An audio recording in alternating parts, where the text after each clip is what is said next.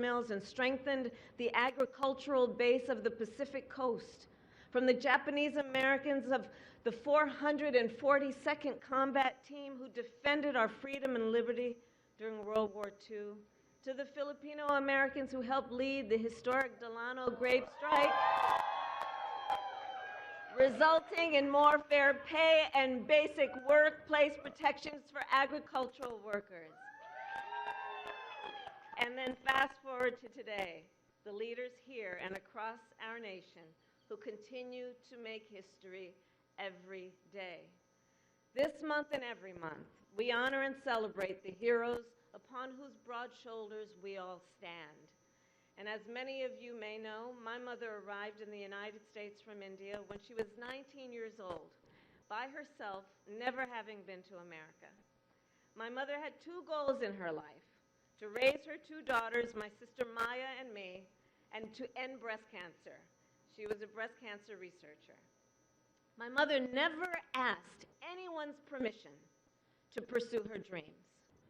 And it is because of her character, strength, and determination that within one generation, I stand before you as Vice President of the United States. Like so many, we were raised, all of us, to understand the value of hard work, the importance of community, and the duty we all have to have some level of concern and care about the well-being of other people, and our duty then to do something about it. You know, there's been something quite perverse, I think, happening in our nation over the last several years, where some people would suggest that the measure of strength is based on who you beat down, instead of what we know. The true measure of strength is based on who you lift up. In this moment, we see extremists who try to divide our nation. We see so-called leaders with the biggest pulpits and the biggest bully pulpits who encourage and incite xenophobia and hate, including anti-Asian hate. We see a full-on assault, state by state, on our most fundamental freedoms and rights. The freedom to vote, the freedom to live safe from the horror of gun violence, the freedom from hate and bigotry, the freedom to love who you love openly and with pride, the freedom to learn and acknowledge our true and full history, and the freedom of women to make decisions about their own body and not have their government tell them what to do. And so in this moment, I'll close by this. I am reminded of the words of one of my dearest friends and a mentor to me, Secretary Norm Mineta. Norm often said, "You have two arms, one to climb the ladder of success, and one to reach down and pick someone up and pull them up behind you." This AANHPI Heritage Month, let us all celebrate those who have lifted up our nation, and to honor their memory, let us renew our commitment to lift as we climb. And now, it is my great privilege to introduce a leader who has inspired people around the world and who has fought for years with such courage for equity and for justice. Please welcome Lucy Liu.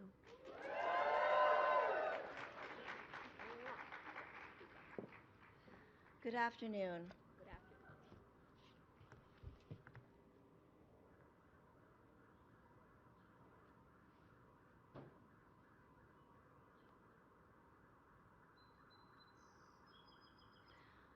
I am deeply honored to have been introduced by Vice President Kamala Harris, a trailblazer, a beacon of hope for women and people of color everywhere.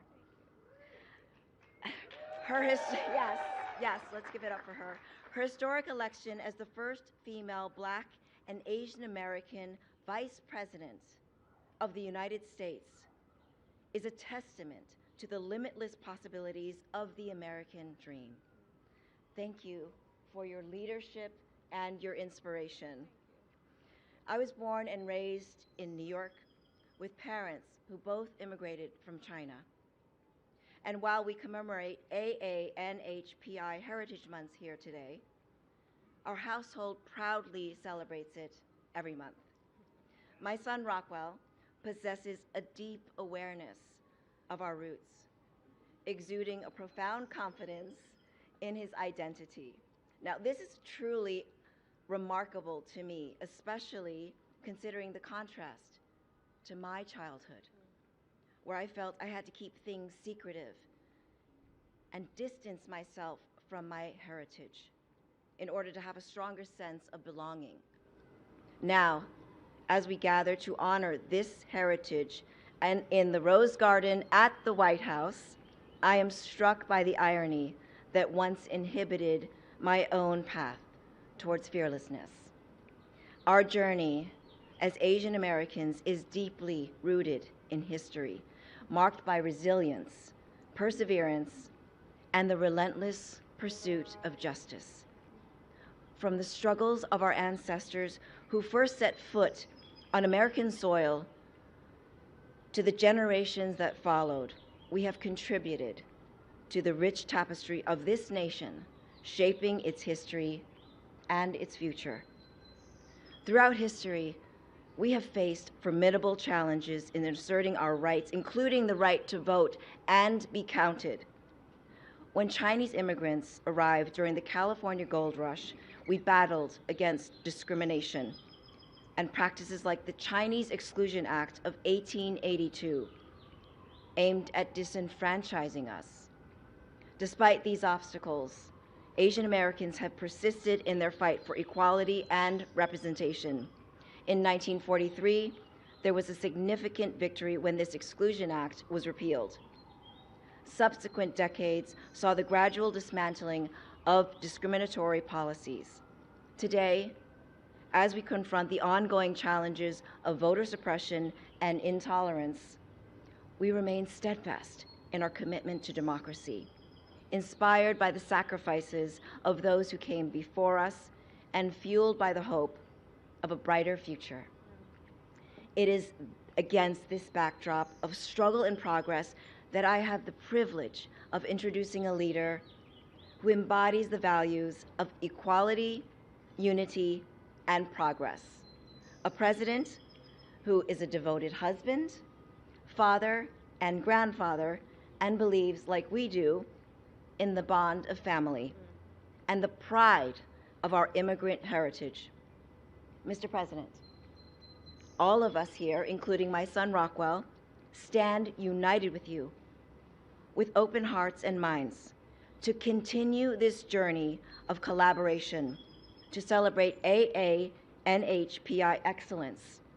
Esteemed guests, the 46th President of the United States, President Joe Biden.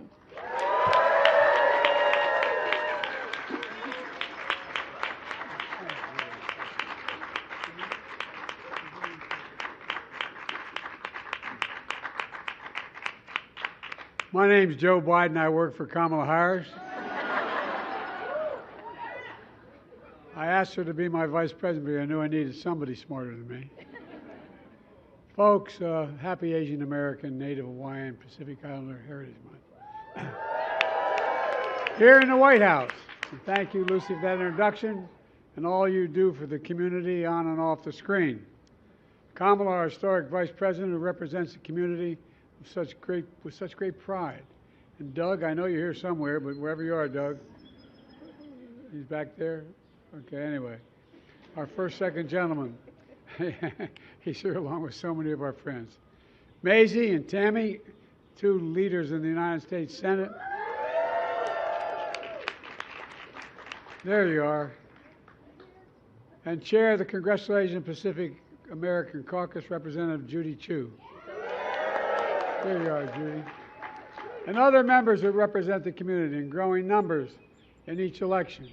As Kamala mentioned, that includes the family of the late Norm Mineta, who was a great friend and a great leader. In fact, this year marks the 25th anniversary of the creation of the White House Initiative on Asian American, Native Hawaiians, Pacific Islanders, and Norm supported it. And by the way, I was educated by a guy who, if I can digress for just a moment, one of the people when I first got here, I didn't want to be here because I just lost my family in an accident. And there was a guy named Danny Inouye who came along. Danny had more grit and determination than anybody I ever knew. And he was a guy who stood tall. And this is a guy who anyway, I don't want to get started, but he taught me an awful lot. Several commission members are here as well, and I want to thank them. Kamal and I are committed to having an administration. When we got elected, we said we're going to have an administration that looks like America, and it does. We do. We have members of every community. There's so many of them here today, including our cabinet. U.S. Trade Representative Catherine Tide. Catherine, where? There she is. Acting Labor Secretary Julie Sue. And above all, thanks to all of you, leaders of labor, business, philanthropy, civil rights, arts and culture, and so much more. All of you represent a simple truth. There is no singular Asian American, Native Hawaiian, Pacific Islander identity and diversity in those cultures, the breadth of achievement, and shape the strength and fabric of this country. But it's not all the same. The fastest growing demographic in the United States, you represent how we are as a nation of immigrants, a nation of dreamers, a nation of freedom. And that's the America we share. We made incredible progress together. 15 million new jobs, a record. Historic low levels of unemployment, record small business creation. In fact, loans from our Small Business Administration to the AANHPI small business is up 44% compared, by the way, the dog is cheering for that. That was the dog up front here. He's all for it. He's employed. And look, because we expanded the child care tax credit during the pandemic, and by the way, not one Republican voted for it, we cut Asian American child poverty by nearly 25%, a record low. Lower costs across the board. We finally beat Big Pharma and got Medicare the ability to negotiate lower drug prices.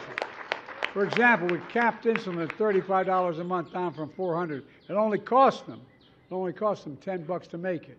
And seniors on Medicare, including your parents and grandparents, are beneficiaries.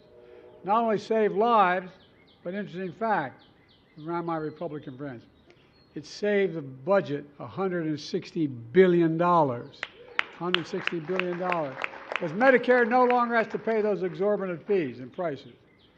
And we're now making college more affordable. We're relieving student debt for millions of students, including so many in the community. And we secured the largest increase in Pell Grants in a decade. It matters now nearly 40% of NAH, NHPI students rely on Pell Grants to get to college, nearly 40%. More people have health insurance today than ever before in the history of this country, including in the community. And I'm proud my administration announced DACA recipients will finally get access to health care through the Affordable Care Act. And by the way, I proposed the most comprehensive immigration reform bill in decades. It includes a pathway to citizenship for dreamers and expands the number of green cards so more families can build their American dream together. And now Congress has to act, do the right thing. We're both going to keep pushing forward. Thanks to decades of advocacy by so many of you, I'm proud our administration recently announced major changes to how federal government collects and reports federal data on race and ethnicity. By disaggregating data on the community, that so deserves, we can better serve the entire community, individual communities. After all, our government didn't really see Korean Americans distinctly from Filipino Americans. But how can we address each community's needs without understanding the specific needs? We're changing that. We're also making historic investments to rebuild roads and bridges and lead the world in science and innovation. That includes the most significant investment ever in climate in the history of the world, over $368 billion. Ever so many leading the way. I signed the most significant gun safety law in nearly 30 years, which matters, as I've mourned with you in Atlanta, Monterey Park, and Half Moon Bay, been there to meet the families. Together we won't stop until we finally ban assault weapons as well. I could go on, but look, the point here is we're lowering costs, expanding opportunities, and protecting freedoms. That's in stark contrast to my predecessor's view of America and his view of all of you. We'll never forget him lying about the pandemic. We'll never forget the rise of anti-Asian hate crimes during the pandemic. I'm proud to have had to, I'm not proud to have had to, but I'm proud to have signed this COVID-19 Hate Crimes Act with your support. We've also provided historic value and funding for public safety in local communities that's bringing its results. We're seeing a 50-year low in violent crime in America. San Francisco, for example, anti-Asian hate crimes are down 75% over the last 2 years. When Trump was in office, he enacted a $2 trillion tax cut, overwhelmingly benefiting the super wealthy and the very biggest corporations that exploded the federal debt. His administration added more to the federal debt than any previous presidential term in American history. And now he and his congressional Republican friends want to do it again. At the same time, he wants to, quote, I love his terminology, terminate the Affordable Care Act, kicking millions of you and your families off of insurance and taking away protections for pre-existing conditions, affecting millions of people. And Social Security and Medicare, my predecessor says, quote, there's a lot we can do in terms of cutting. Not on our watch. Not on our watch. Not on our watch. And he brags about cutting Roe v. Wade, making sure it's overturned. But Kamala and I are going to keep fighting to restore Roe v. Wade until it's the law of the land again.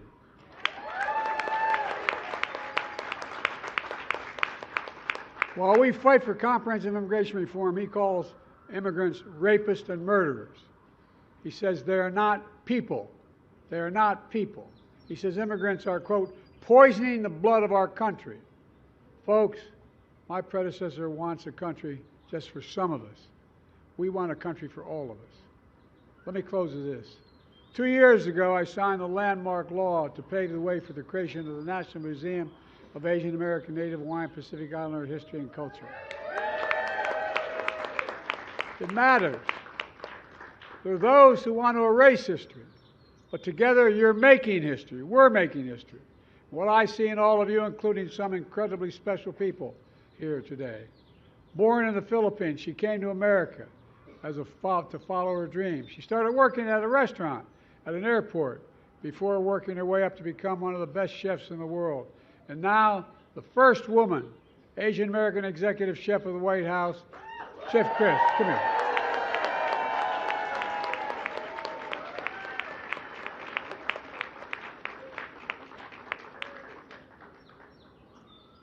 Come on up here, Chef.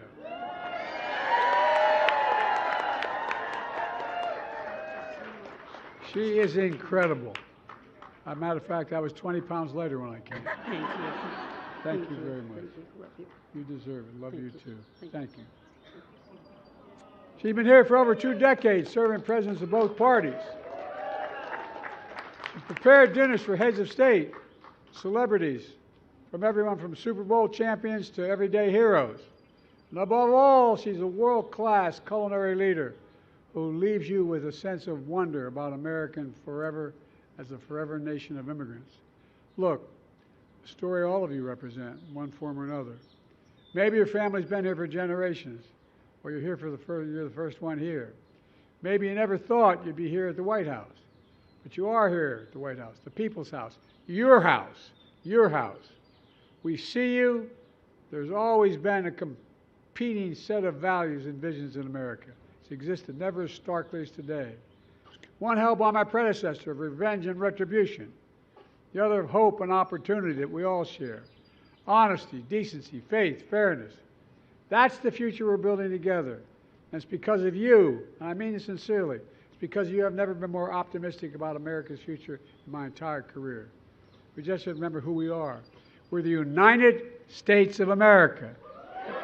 And there is nothing beyond our capacity when we act together, and that's what we have to do, and that's what we are doing. God bless you all, and may God protect our truth. Thank you.